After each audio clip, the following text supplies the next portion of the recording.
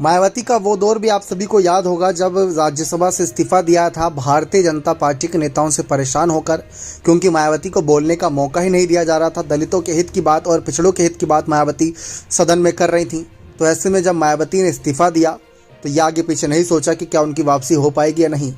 तब देखा गया कि मायावती के कोटे के राज्यसभा सीटें अब है ही नहीं। तो ऐसे में लालू यादव ने आगे आकर मायावती के लिए दिल खोले थे और ये बात कही थी कि वे अपने कोटे की यानी कि आरजेडी के खाते की सीट उनको देना चाहेंगे और आरजेडी के टिकट से उनका आगे बढ़ाना चाहेंगे। लेकिन तब मायावती के तरफ से सूत्रों के अनुसार ये बात साफ कह दी गई थी कि जब तक केंद्र में यानी किसी भी सदन में भारतीय जनता पार्टी की सरकार सत्ता में है तब तक वह सदन का हिस्सा नहीं बनेंगी।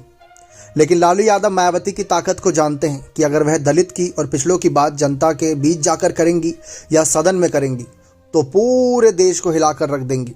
क्योंकि इस समय देखा जाए तो हाल ही में जब बिहार के जातिगत आंकड़े सामने आए, हर कोई दंग था कि ओबीसी और ईबीसी की संख्या इतनी थी और आरक्षण के नाम पर क्या दिया जा रहा था। तो ऐसे में बदलाव तो हुआ था। इसी वजह से मायावती ने तब पूरे देश भर में जाति आधारित जनगणना की मांग कहीं ना कहीं आधारित आंकड़ों की बात करी। लेकिन मायावती अब जनता के बीच जाना कम कर दी हैं।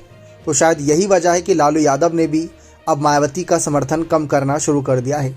क्योंकि ये वही लालू यादव थे जो सदन में कहते थे कि मायावती पीएम बनने लायक हैं, दलितों की बात करते हैं, पिछड़ों की बात करती हैं और हित की बात करती हैं।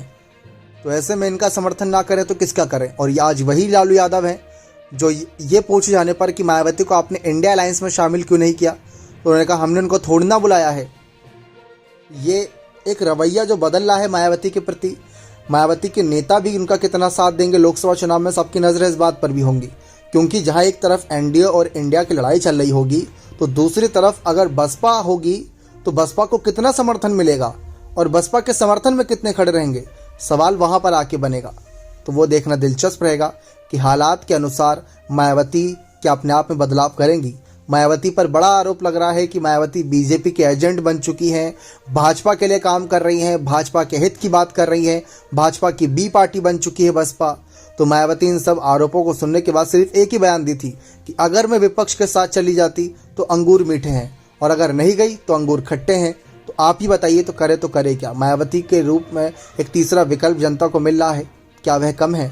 आपके अनुसार मायावती इस समय सही कर रही है या नहीं, अपने कमेंट सेक्शन में जोड़ दीजिएगा। बहुत बहुत धन्यवाद।